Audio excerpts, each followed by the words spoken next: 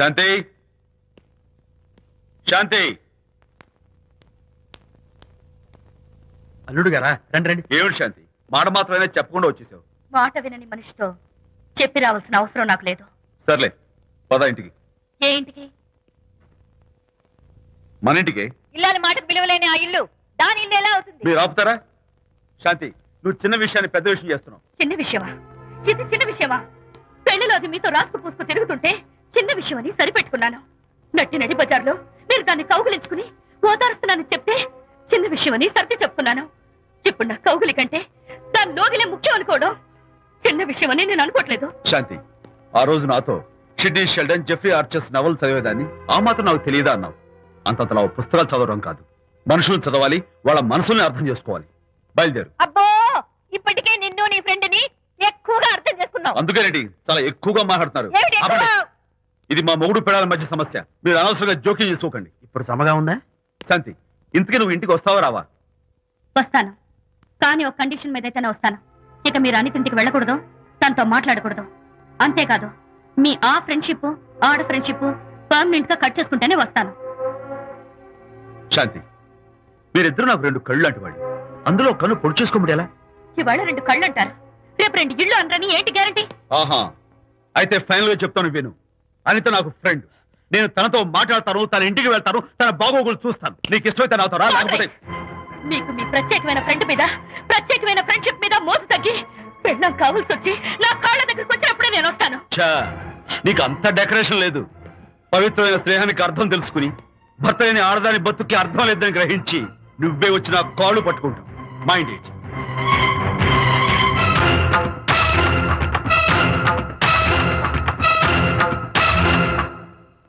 ఇది అలోపతి, ఇది హోమియోపతి, ఇది ఆయుర్వేదం, ఇది యునాని మందు. ఏమిటివి? Complan, Bournvita, Horlicks. ఇవన్నీ ఎందుకు? నాతో షాప్ ఓపెన్ చేయిస్తారా? అయ్యో షాప్ ఓపెన్ చేయడం కోసం కాదమ్మా, విజయ్కి నీ పట్ల ఉన్న ప్రేమాభిమానాలు ప్రదర్శించడం కోసం ఇవన్నీ కొన్నాడు. విజయ్ ఏంటిది? నీకేమైనా మతిపోయిందా? శ్రీమతితో గొడవపడిన ఏ మొగుడికైనా మతి ఉంటుందా? శ్రీమతితో గొడవ పడ్డావా? ఎందుకు? గొడవ? ఆహా, అదేం కాదు. వాడు మాటలు పట్టించుకోకు. నేను నమ్మను, నువ్వేదో దాస్తున్నావు. డైట్. హరి నువ్వు చెప్పు. అబ్బే వాడికేం తెలుసు, నేను చెప్తాగా.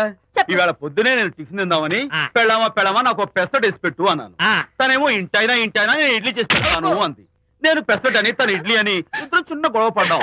ఓ, అంతే కదా? అంతే అంతే కదరా? అంతే అనుకుంటా. అంతే. అమ్మయ్య, నేను ఇంకా ఏదో పెద్ద గొడవని కంగారు ఓ, పడ్డాను. no. అనిత నీ చేత్తోటి ఓ మంచి strong coffee. 1 minute. Thank you. కూడా. నీకు నేను ఇస్తాను కదా. ఎప్పుడు? కూస్తున్నావు. ఏంటి ఈయన విజయ్? హరిశ్చంద్రుడు పూనాడు. అబ్బో. అనిత ఉత్తమ మనిషి కాదు, ప్రెగ్నెంట్. అవును. అసలే తన ప్రాబ్లమ్స్ తనకున్నాయి, పైగా మన ప్రాబ్లమ్స్ కూడా చెప్పి వరీ చేయాలా? అబ్బో తన డెలివరీ అయ్యేంత వరకు తను సంతోషంగా ఉంచడం మన రెస్పాన్సిబిలిటీ. అలాగే. ఇక మీద మన ఇంటి గొడవలు చెప్పావో ఇక్కడ. అమ్మో. Vijay coffee ready. Thank you. Anitha ఈ మధ్య నువ్వు పెయింటింగ్స్ వేయడం మానేశావు. డెలివరీ అయ్యేంత వరకు బాబును ఊహించుకుంటూ ముద్దొచ్చి పిల్లల బొమ్మలు పెయింట్ చేసావనుకో చాలా బాగుంటుంది. అలాగే విజయ్. త్వరలో ఆల్ ఇండియా పెయింటింగ్ కాంపిటీషన్ జరగబోతుంది. అందులో నువ్వు కూడా పార్టిసిపేట్ చేసావనుకో అవార్డు నీకు గ్యారంటీ. నిజంగా? నీకు అవార్డు రావాలంటే ఒక చిన్న ఉపాయం ఉంది. ఏమిటిది? ఏముంది, నన్ను బాలకృష్ణుడిగా ఊహించుకుని విచిత్రంగా ఒక బొమ్మ గీయి. అదేమిటో అర్థం కాక మోడర్న్ ఆర్ట్ అనుకుని నీకు ఫస్ట్ ప్రైజ్ ఇస్తాను. నవ్వించాను. మన కష్టాలు. సరే మొయ్ కాఫీ తీసుకో. అయ్యగారు, కోడలు గారు ఇంటి నుంచి వెళ్ళిపోయినాక పదార్థాలు అన్ని ఖాళీ అయిపోయిన గిన్నెలాగా ఇల్లంతా బోసిపోయిందండి. అవునండి, అబ్బాయి గారు కోడలు గారు ఎప్పటికైనా పాలు పంచదారలాగా కలుస్తారంటరా? అందుకేరా భయంకరమైన కుట్ర పంతున్నాను. నువ్వు వెళ్ళి కారులో పెట్టి. అలాగే సార్. అరే నాన్న, ఏంటన్నా?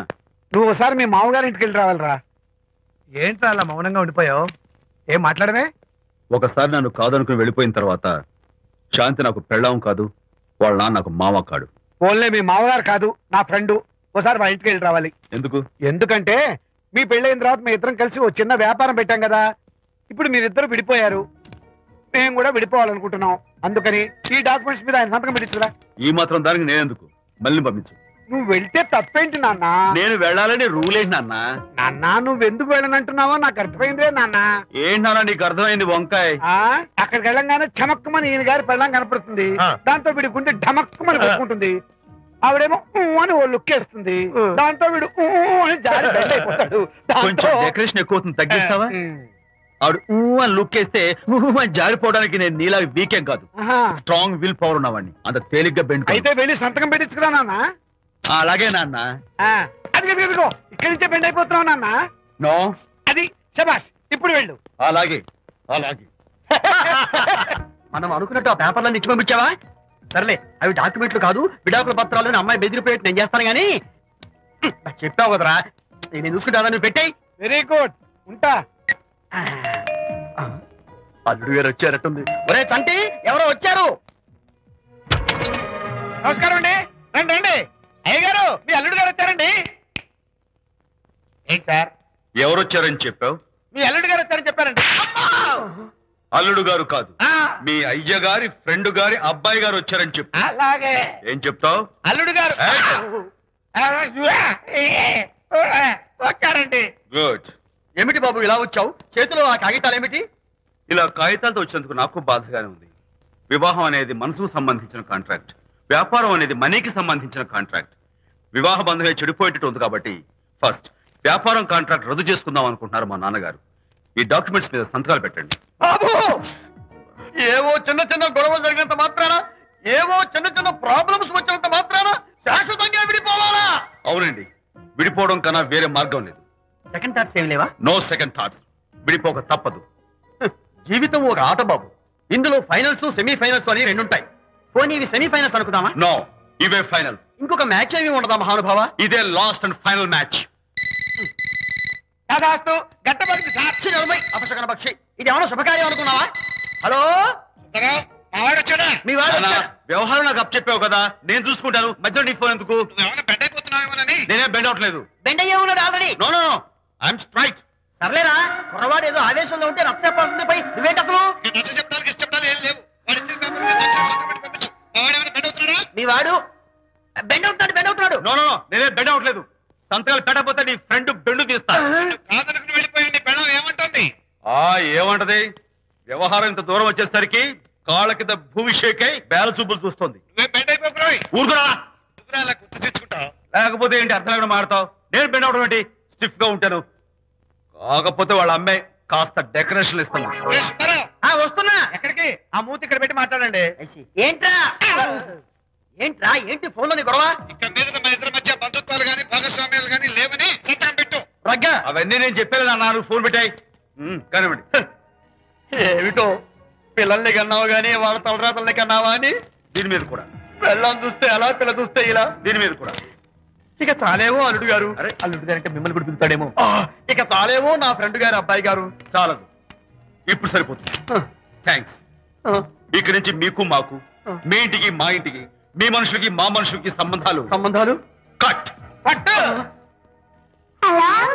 హలో, మీరిద్దరు అన్నా చెల్లెళ్ళా? ఫ్రెండ్సా? ఈ ఇంటికి ఇంట్లో వాళ్ళకి ఫ్రెండ్స్ అన్నా ఫ్రెండ్షిప్ అన్నా అర్థం తెలియదు. కాబట్టి నా మాట విని మీ ఫ్రెండ్షిప్ ని ఈ రోజే కట్ చేసుకోండి. లేకపోతే పెద్ద అయ్యాక నాలా బాధపడాల్సి వస్తుంది. ఏంటి సార్, మొగుడు పెళ్ళాలు విడిపోతుంటే కలపడానికి ప్రయత్నం చేయాలి కానీ మీ ఫ్రెండ్ గారు అబ్బాయి గారు సంతకాలు చేయమన్నారు కదా అని విడాకుల మీద పసుపస్వామి సంతకాలు చేసేస్తారా? ఫ్రెండ్ గారి అబ్బాయి గారు కాదు, అల్లుడు గారు. అల్లుడు గారంటే ఆయన పీకుతారు, ఫ్రెండ్ గారు అబ్బాయి గారంటే మీరు పీకుతారు. నాకేం అర్థమైతే అవటం లేదు. ఓరి పిచ్చి విధవా, అల్లుడు గారు సంతకాలు పెట్టించుకుంది విడాకుల పత్రాల మీద కాదు, వ్యాపారంలో విడిపోయే పత్రాల మీద. నిజంగానా? అంటే అవి బిజినెస్ డాక్యుమెంట్సేనా?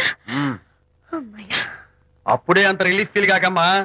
ఇవాళ వ్యాపారంలో విడిపోవటం కోసం వచ్చాడు, రేపొద్దున విడాకుల కోసం వస్తాడు. పంతాలు తగ్గించుకుంటే మంచిది. వాళ్ళకి ఎంత పంట ఉంటే మనకి లేదా? అసలు ఇదంతా నీ వల్లే వచ్చింది, పరికిమాలుందానా అన్నాడు సరళ తండ్రి తన భార్యతో. ఈ నవల్లో కావాలంటే చదువుకో.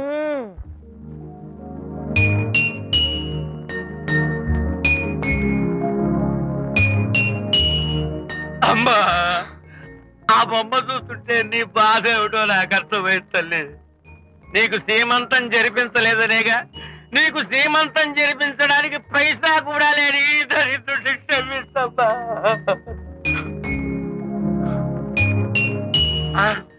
నా దగ్గర డబ్బులు లేకపోతేనే నా బంగారు తల్లి నీ బంగారు గాజులు ఉన్నాయిగా, వీటిని అమ్మేసి నీ సీమంతం ఘనంగా జరిపిస్తానమ్మా, ఘనంగా జరిపిస్తాను. అమ్మా, సీమంతానికి వచ్చిన వాళ్ళు భర్తే లేని నీకు సీమంతం ఏమిటని కొంతమంది, అసలు నీ భర్త ఏమయ్యాడు అని కొంతమంది అడిగి నిన్ను బాధ పెడతారు. అందుకని వద్దమ్మా, సీమంతం వద్దు వద్దు, దీన్ని కూడా అమ్మేసి ఎక్కడైనా సీమసారా తాగి ఏడుస్తూ బాధపడతా.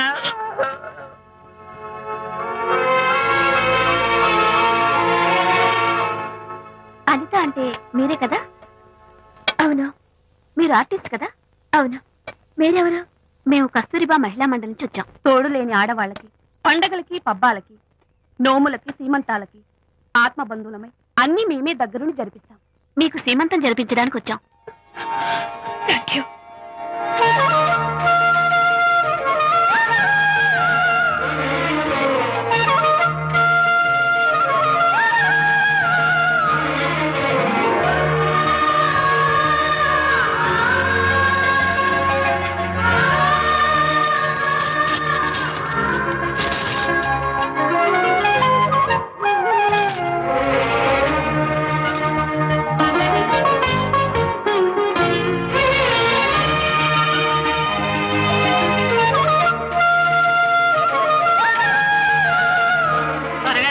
ఆ 1 2 4 6 8 10 15 18 19 20. అనిత, ఏమిటి డెకరేషన్ అంతా? విజయ్, రారా. విజయ్, ఇవాళ నాకెంత సంతోషంగా ఉందో తెలుసా? జరగదనుకున్న సీమంతో ఎవరో మహిళా మండలి వాళ్ళు వచ్చి జరిపించారు. గ్రేట్. ఆ తర్వాత చెప్తాను, ముందు ఆశీర్వదించు. Sure sure. God bless you. మరి గంధం? ఓ, నేను వస్తాను. Thank you. మంగళహారతి ఇచ్చి పాట కూడా పాడనా? ఏయ్. జస్ట్ మినిట్, చేయడానికి వస్తాను.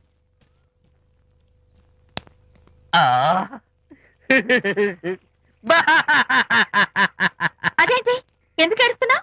ఇది ఏడుపు కాదు, సంతోష తరంగాలు. నీ సీమంతం జరగడం కోసం, జరపడం కోసం విజయ్ చేసిన త్యాగాన్ని తలుచుకుంటే నా గుండె చెరువయ్యి ఓవర్ఫ్లో అవుతోంది. 10,000 ఖర్చయితే అయ్యాయి, కానీ మీ అనుబంధాన్ని, ఆత్మీయతను చూడగలిగే అదృష్టం నాకు కలిగింది. 10,000 ఖర్చు అవడం ఏమిటి? నీకెవరూ లేరని నీ సీమంతో చేయడం కోసం మహిళా మండలి వాళ్ళకి డబ్బులిచ్చి ఈ ఏర్పాట్లన్నీ చేశాడు విజయ్. హరిశ్చంద్ర, అనవసరంగా నోరు జారానే. ఈ విషయం విజయ్కి తెలిస్తే నన్ను కాటి కాపర్ని చేస్తాడే. అబ్బా,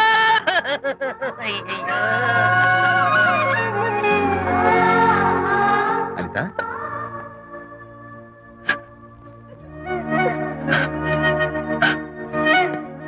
ఏంటిది? విజయ్, నీకు చేతులెత్తి దండం పెట్టాను. నీ ఒళ్ళో పడుకుని ఏడవాలు. నాకేమర్థం కావడం లేదు. అనిత, ఏమైంది నీకు? నా చిన్నప్పుడే మా అమ్మ చచ్చిపోయింది. అమ్మ ప్రేమ ఎలా ఉంటుందో కూడా నాకు తెలీదు. అమ్మ మనసుతో ఆలోచించి నాకు సీమంతం జరిపించిన నీలో నాకు అమ్మ కనిపిస్తోంది. Anitha, no, relax. ఈ టైంలో నువ్వు అస్సలు కంటతడి పెట్టకూడదు. ఏంటిది? హాయ్ శాంతి. హాయ్. జంటగా ఉండాల్సిన నిన్ను ఇలా ఒంటరిగా చూస్తుంటే జాలేస్తుంది. సర్దుకుపోతే సంసారం, సర్దుకోకపోతే ఒంటరితనం. నువ్వు అనవసరంగా మీ వారిని అపార్థం చేసుకుంటున్నావేమో అనుకుంటున్నాను. మీరిద్దరూ త్వరలో మళ్ళీ కలవాలని కోరుకుంటున్నాను. Okay, bye. వెళ్ళొస్తాను.